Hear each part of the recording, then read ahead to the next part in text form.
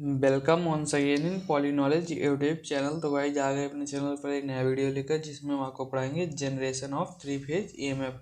तो three phase EMF का generation पढ़ाने से पहले मैं आपको बता दूं कि मैंने पीछे वीडियो में सिंगल फेज का जनरेशन कैसे होता पढ़ाया है। यदि आप उसको देख कर आते हैं तो वीडियो आपको ये आसान लगेगी। डिस्क्रिप्शन बॉक्स में लिंक है,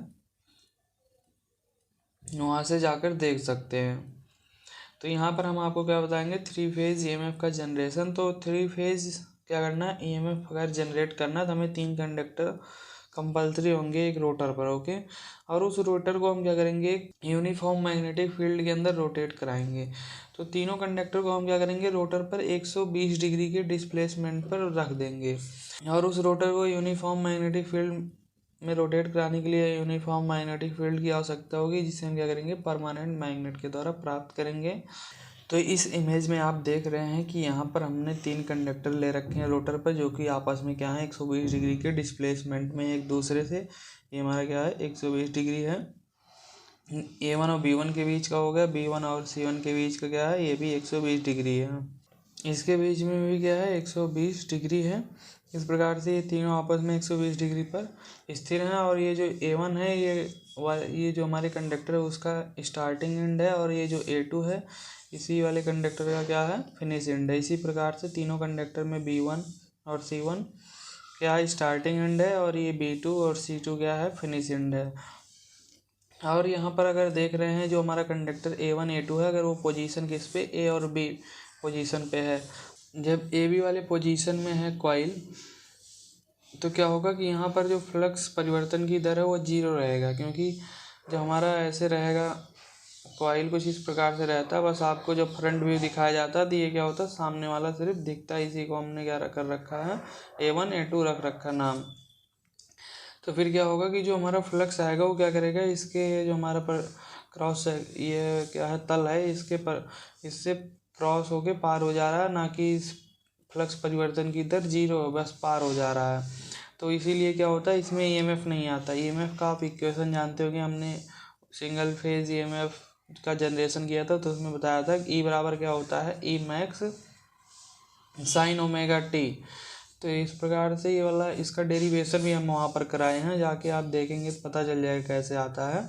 तो ये साइन ओमेगा टी, जो ओमेगा टी होता है ना, इस जो हमारी कॉइल होती है उसके तल के परपेंडिकुलर एक रेखा खींच दीजिए, और वो रेखा और ये जो हमारा मैग्नेटिक फील्ड रहता है, मैग्नेटिक फील्ड, उसके बीच का क्या होता है, एंगल होता है। ये हमारा जो ओमेगा टी यहाँ पर दिखाया जाता है, साइन ओमेगा टी। तो यहाँ पर जो हमारा क्या होता है, इस पोजीशन पे होता है कंडक्टर, तो इसका तल कुछ इस प्रकार से रहता है। ये मान लीजिए हमारा क्या है, कंडक्टर है, ये वाला पार्ट दिख रहा है आपको, इसका तल यहाँ ऐसे रहेगा। तो क्या होगा, ये हम परपेंडिकुलर जब रेखा खींचेंगे, रेखा ऐसे रहेगी और मैग्नेटिक फील्ड ऐसे रहेगा। तो क्या होगा, दोनों पैरेलल में रहने के कारण इसके बीच का एंगल जीरो रहेगा। एंगल जीरो रहने से यहाँ पर साइन ओमेगा टी का मान जीरो हो जाता है। इस प्रकार से यहाँ पर क्या होता है, ईएमएफ जीरो हो जाता है। जब हम क्या करते हैं, इस रोटर को रोटेट कराते हैं, रोटर को जैसे ही हम एंटी क्लॉकवाइज दिशा में क्या करते हैं, रोटेट करा देते हैं, तो हमारा इसमें जो फ्लक्स परिवर्तन की दर रहता है कंडक्टर में, वो क्या होता है, बढ़ जाता है, और इसमें ईएमएफ आ जाता है।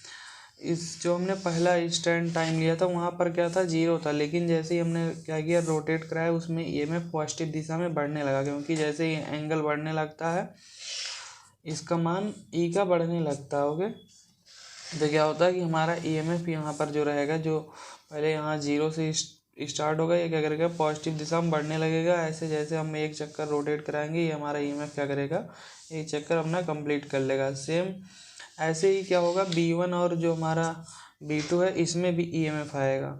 जैसे इसमें ईएमएफ आएगा, लेकिन क्या करेगा, वो ईएमएफ जो आएगा A1 और B1 वाले ईएमएफ से क्या रहेगा, 120 डिग्री लैगिंग करेगा। तो 120 डिग्री लैगिंग करने का मतलब 90 यहाँ होता है, यहाँ से लगभग स्टार्ट होगा वो।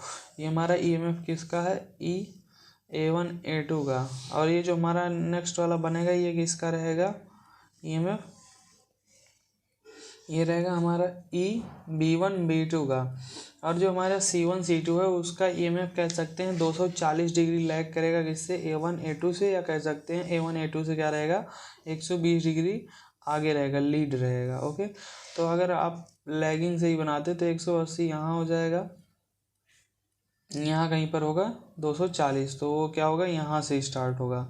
अगर वो यहाँ से स्टार्ट हो रहा है तो कुछ इस प्रकार से बनेगा। इसको हम क्या करेंगे, वाई वाले एक्सिस के पास में लाके मैच कराएंगे। तो यहाँ से ये स्टार्ट होगा और क्या करेगा, ये यहाँ पर आके ऐसे रुक जाएगा, और ये वाला क्या करेगा, एक चक्कर टर्न कर जाएगा, यहाँ आके रुकेगा। ओके, ये जो साइन वेव हमें मिला है ये क्या होगा, जो हमारा कंडक्टर C1 C2 में EMF आएगा उसका साइन वेव रहेगा। ओके, इन तीनों का हम क्या करेंगे, आपको यहाँ पर इक्वेशन लिख के दिखा देते हैं। ये हमारा फर्स्ट वाला इक्वेशन रहेगा, E max sine omega T. ये जो हमारा क्या है A1 B1 वाला कंडक्टर था उसके लिए हो गया ये फर्स्ट इक्वेशन। सेकंड इक्वेशन रहेगा हमारा B1 C1 के, B1 और B2 के लिए, ये A1 A2 के लिए था, सॉरी फर्स्ट वाला। और ये हमारा रहेगा क्या, यहाँ पर आप लिख सकते हैं A1 A2, और ये रहेगा क्या B1 B2। B1 B2 के लिए क्या रहेगा, E मैक्स साइन, ये रहेगा ओमेगा टी माइनस 120 डिग्री क्या करेगा, लैग करेगा सेकंड वाला। और थर्ड वाला हमारा रहेगा क्या, 240 डिग्री लैग करा सकते हैं C1 C2 जो है, E max sine omega T minus 240 degree लिख दीजिए, या क्या करिए इक्वेशन और ऐसे भी लिख सकते हैं कि हमारा यहाँ से रहेगा क्या, E मैक्स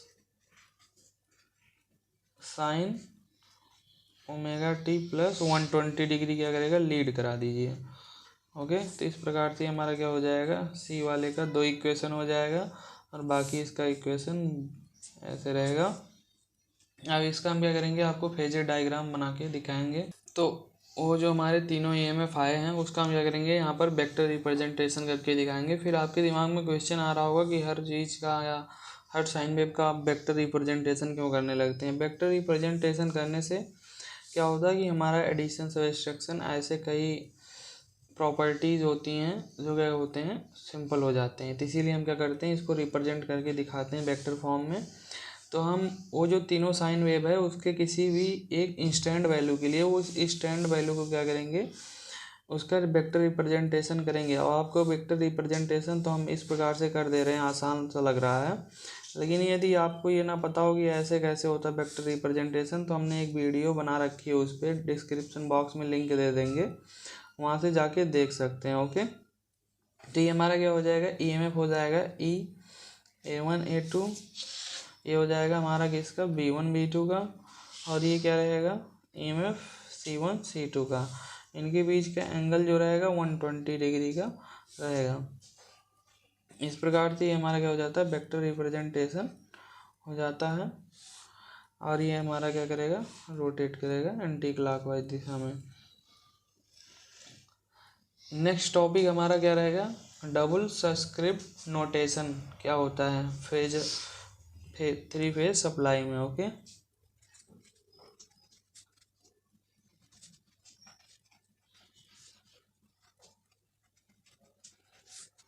तो ये डबल सब्सक्रिप्ट नोटेशन क्या है, डबल सब्सक्रिप्ट नोटेशन किसी भी AC सर्किट में उसके वोल्टेज को रिप्रेजेंट करने का ऑर्डर या क्रम होता है।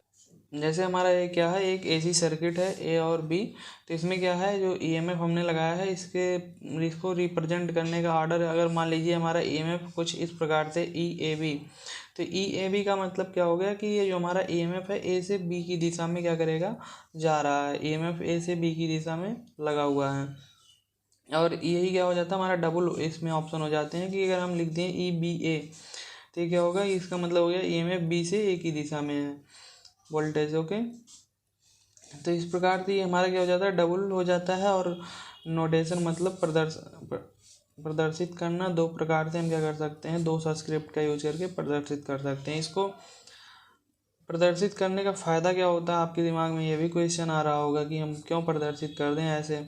तो क्या होता है कि किसी भी सर्किट में कितने EMF या कितने वोल्टेज सोर्स या कितने करंट सोर्स लगे हैं, करंट सोर्स के लिए भी होता है। अगर हमारा ऐसे लिखा हुआ है IAB, तो क्या होगा, करंट A से B की तरफ जा रहा है, या लिखा होगा IBA, तो करंट B से A की तरफ आ रहा है। तो इस प्रकार से कितने वोल्टेज सोर्स या करंट सोर्स लगे हैं इससे पता चल जाता है, इस नोटेशन से। ओके, तो नेक्स्ट वीडियो में हम आपको बताएंगे फेज सीक्वेंस या नेमिंग ऑफ फेज, यहाँ से स्टार्ट करेंगे। ओके, थैंक यू दोस्तों। अगर आपको हमारा वीडियो अच्छा लगा हो तो लाइक शेयर सब्सक्राइब करें। नेक्स्ट वीडियो में मिलते हैं जल्दी।